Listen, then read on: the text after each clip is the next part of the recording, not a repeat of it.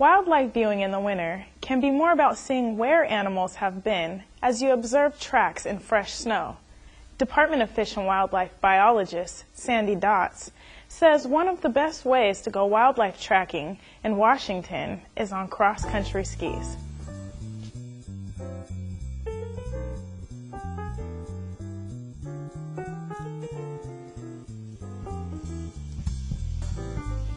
We're out on the Kettle River today looking for animal tracks. Just because it's not sunny and warm, we can still come out and enjoy the winter and look for animals.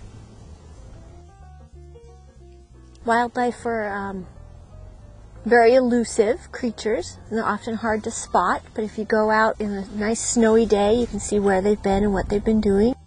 Coyotes are pretty common, especially up in the higher country and lower. Down here along the river would be a great place to see coyotes, deer tracks, moose, bobcat, ermine, which are weasels in their winter white coat, snowshoe hares, turkeys.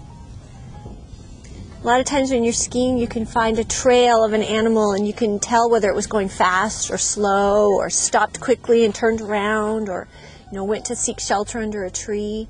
Rabbits do that a lot. You can see their marks. They'll be close together when they're going slow, and then when they speed up, they get further apart. Same with the little ermine tracks. They'll pounce, and you can see the drag marks in between their pounces where they've jumped, kind of leaping, and you can tell how fast they've been going. Sometimes grouse will seek shelter in the snow. They'll actually dive into the snow and make a little snow cave, and you can sometimes see their wing flap marks when they take off. Well, it's a good idea when you're doing winter tracking to bring along a couple books that show you the tracks and talk about the different signs. Here's a nice book. This is just a nice little book, Tracks of the Pacific Northwest. The tracks are nice and big and easy to find in this book. Here's a mule deer.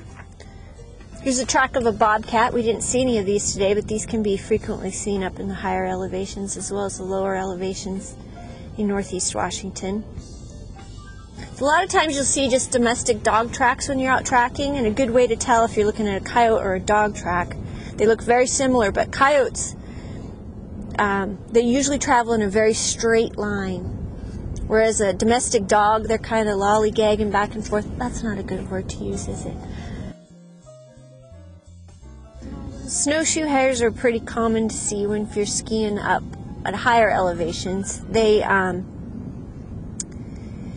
Their back feet are specialized like snowshoe. They're very large and cover a large surface area so they can stay up high on the snow and don't sink in. You can also look for other signs, not just the tracks, but you can find places where deer and rabbits and moose have nibbled on willow branches, and places where deer have rubbed their antlers on trees. I like skiing because it's something that I can do by myself if I want to, and it's very quiet and peaceful and great exercise. Or you can go in a big old group and you can still have just as much chance of seeing an animal track by yourself or with a bunch of people. Just about anyone who can walk can learn to use cross-country skis. Beginners should learn the basics from an experienced skier. Use equipment that fits your level of expertise. Ski with others and pace yourself. Moving in winter conditions uses more energy than you think.